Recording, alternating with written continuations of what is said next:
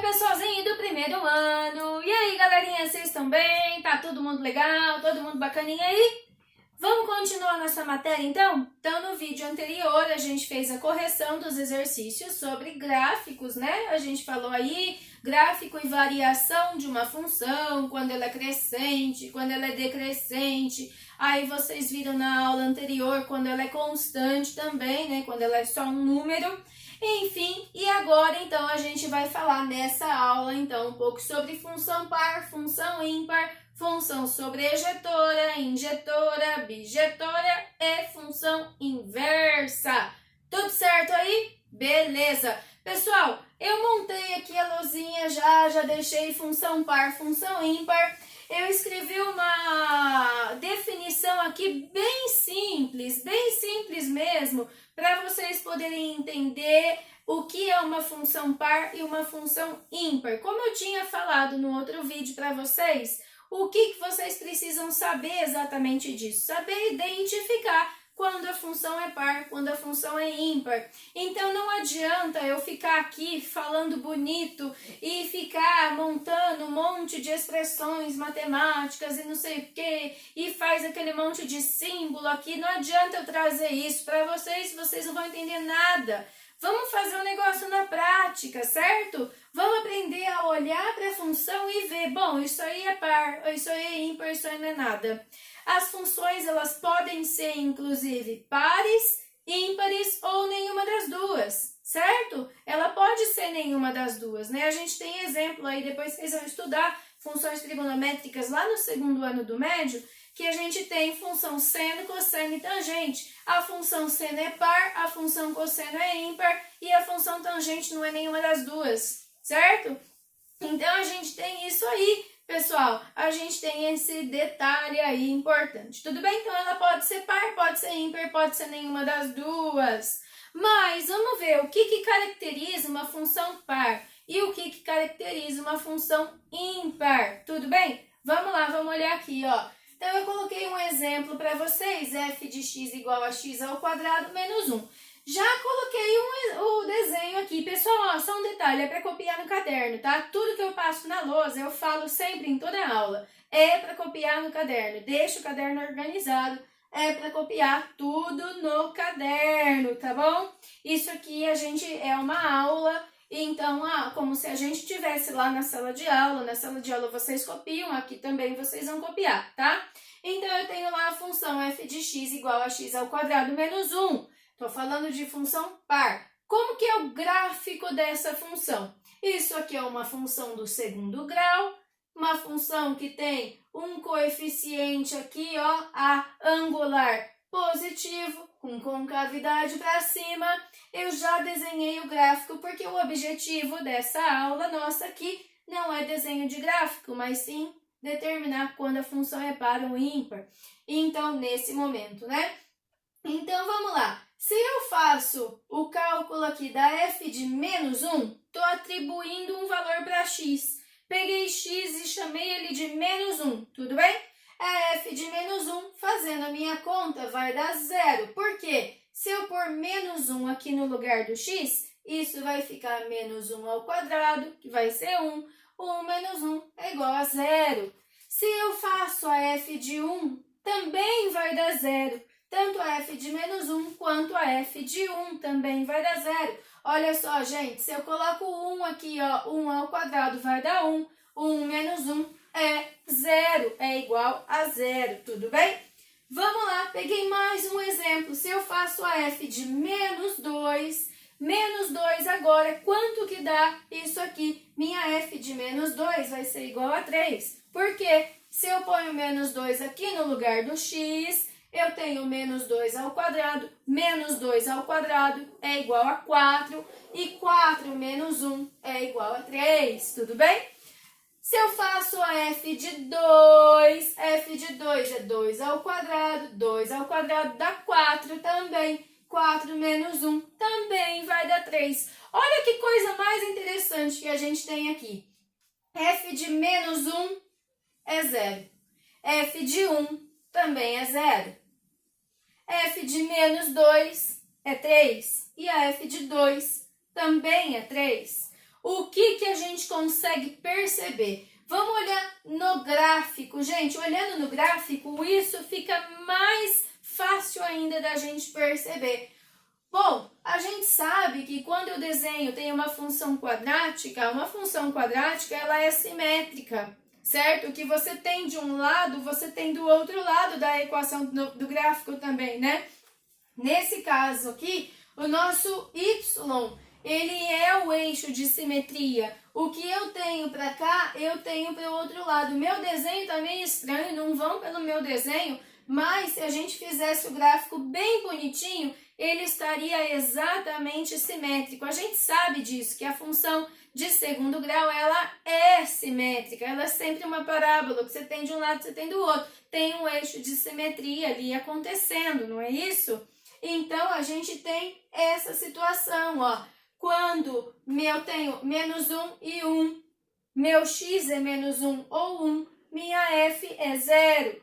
Quando meu x é menos 2 ou 2, minha f é 3. Se eu fizer isso com outros valores, se eu pegar x menos 3, vai dar um valor, e 3 também vai dar o mesmo valor. Se eu fizer x igual a menos 4, vai dar um valor, e 4 também vai dar um valor. O que é isso? O que é esse menos 1 e esse 1 aqui? São números simétricos ou números opostos, que é quando a gente troca o sinal, certo? Se a gente troca o sinal, pessoal, é o que a gente chama de número simétrico, um número oposto.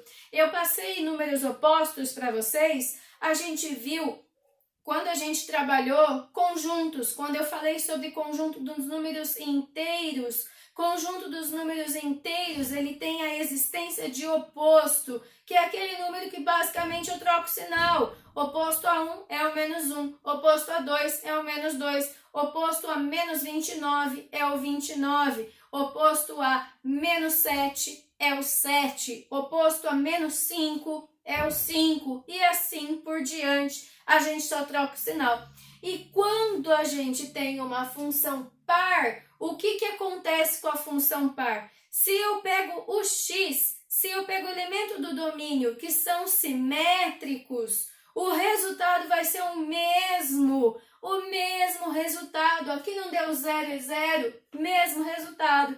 Aqui não deu 3 e 3, mesmo resultado. Então, função par, toda função ela vai ser par com essa característica, tudo bem, gente? Tem essa característica aqui, né? Bom, vou ler o que está escrito aqui para vocês. Observe que pelo gráfico existe uma simetria em relação ao eixo Y. Sim, tem uma simetria em relação ao eixo Y, belezinha. E o que a gente consegue perceber? Isso que eu estou falando para vocês, que eu estou aqui explicando. Para valores simétricos do domínio, quer dizer que se eu pego um valor qualquer e o simétrico a ele, a imagem vai ter o mesmo resultado. Se eu pego menos 2 e o 2, o valor e o simétrico a ele, o valor é 3. A f de x, a f de menos 2 e 2 vai ser 3, vai assumir o mesmo valor. Então, toda vez que isso acontece, toda vez que a gente pega valores simétricos para o domínio, eu tenho um único valor da imagem, o mesmo valor, eu chamo essa função de função par. Tudo bem? Gente, no livro de vocês, na verdade, eu não sei nem se tem, eu procurei ali se tem a definição de função par e ímpar, eu não achei não. Eu acho que deve ter, mas mais para o final da matéria. Mas a grande maioria dos livros, ele dá um negócio lá e aí você fica sem entender nada e passa a vida tentando entender o que é função par e função ímpar e não consegue. Eu estou tentando trazer aqui de uma maneira simples para vocês entenderem de uma forma simples o que é a função par, tá bom? É isso, basicamente. Se você pega valores simétricos do domínio, a imagem vai ser a mesma. A imagem é a mesma com o valor simétrico, quer dizer que eu tenho uma função par. E a função ímpar? Como é que vai ser a função ímpar, né? Tá aqui, função ímpar. Peguei um exemplo, f de x igual a 2x. Isso é uma função ímpar. Quando a gente pega lá, vamos analisar. Ó, essa função aqui, ela é uma reta, tá? Diferente dessa aqui, que é uma parábola. Essa função aqui que eu peguei para vocês é uma reta. Então, uma reta, já tá o gráfico bonitinho aqui. Se eu pego elementos simétricos do domínio 2 e menos 2, o que acontece com a imagem? Ela é igual? Não.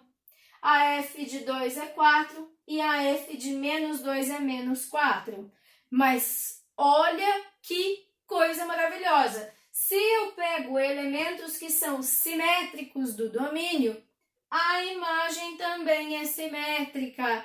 Oh, que legal! Se aqui é 2, aqui é menos 2, aqui deu 2, aqui deu 4, aqui deu menos 2, é menos 4. Oh, o resultado, gente. Números que são simétricos no domínio resultam em uma simetria da imagem também.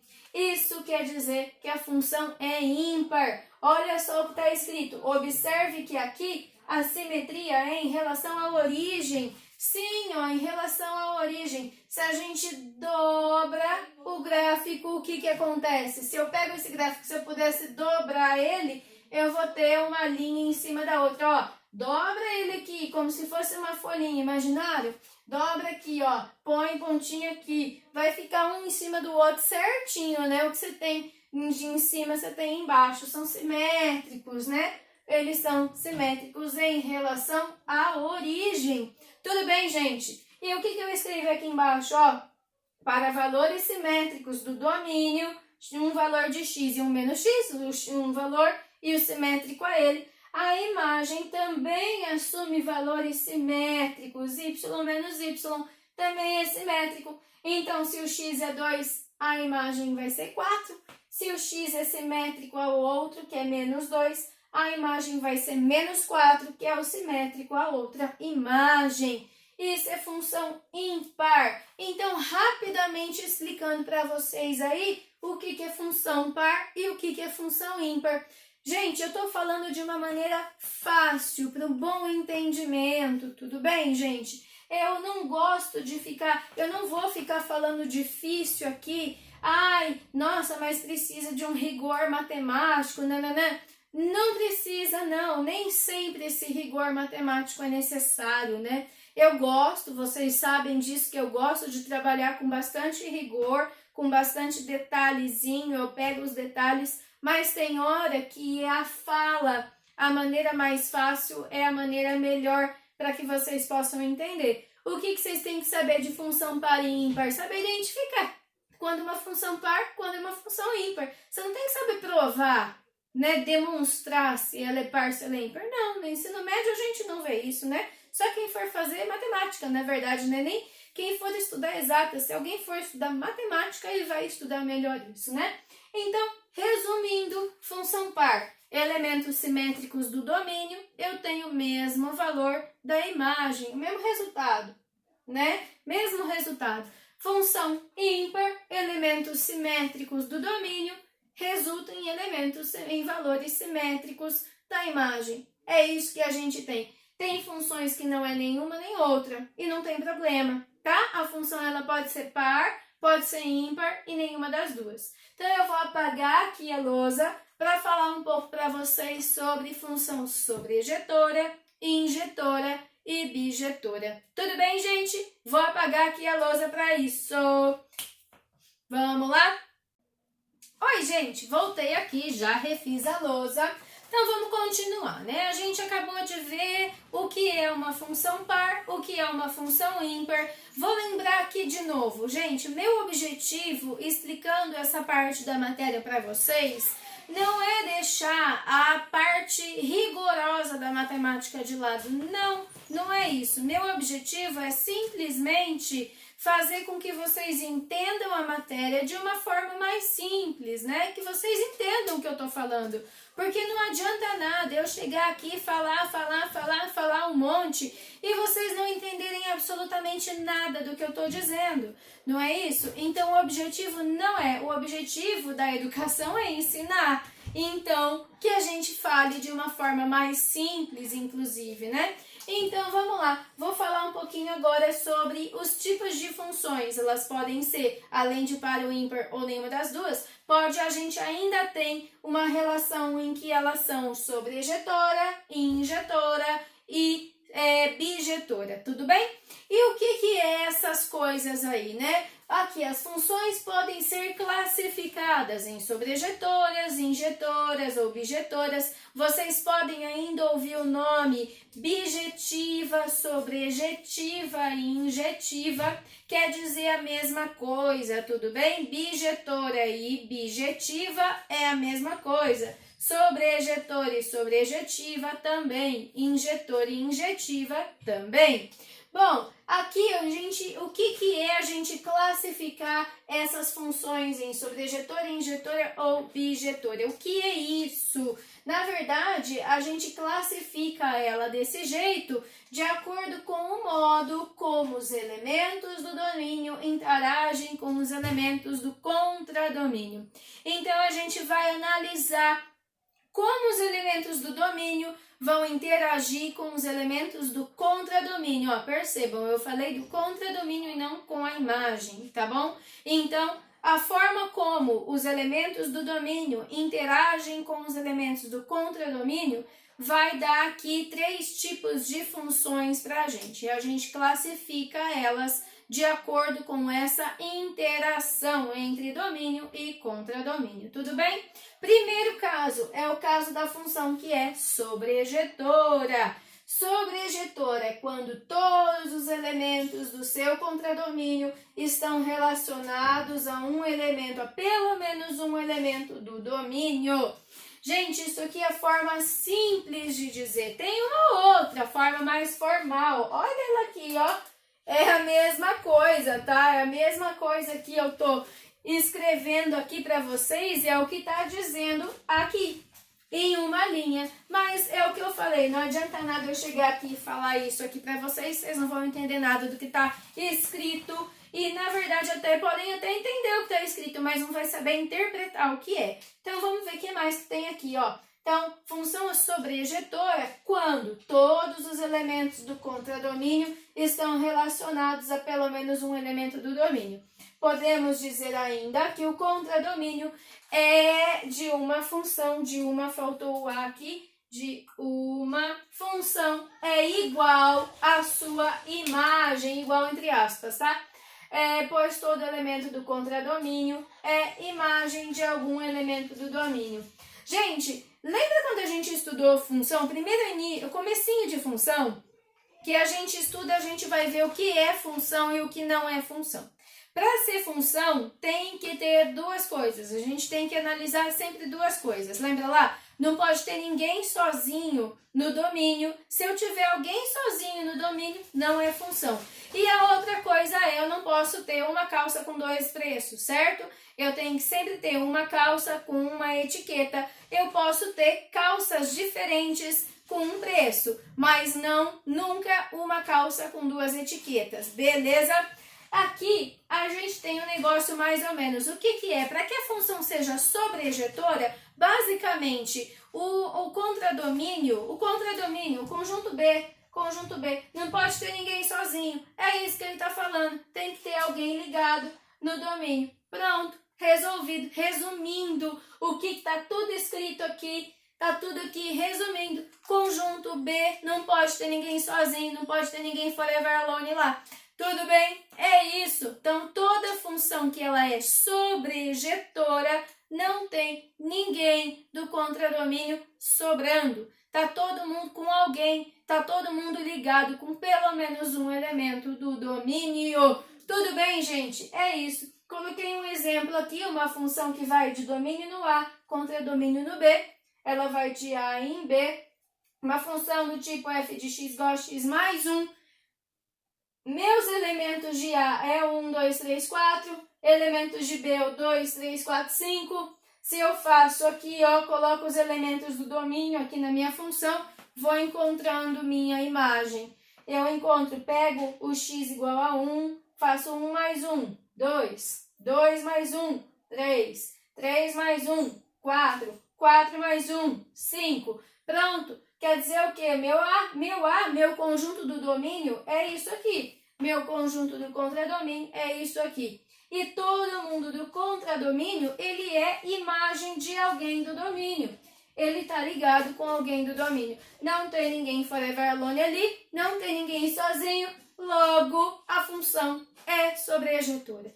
É isso que ele quer dizer. Da forma formal, de um jeito formal aqui, ele deu esse negócio aqui, ó. O que é isso? Vou ler aqui para vocês em palavras. Para qualquer y pertencente a B, existe um x pertencente a A, de forma tal que a f de x é igual a y.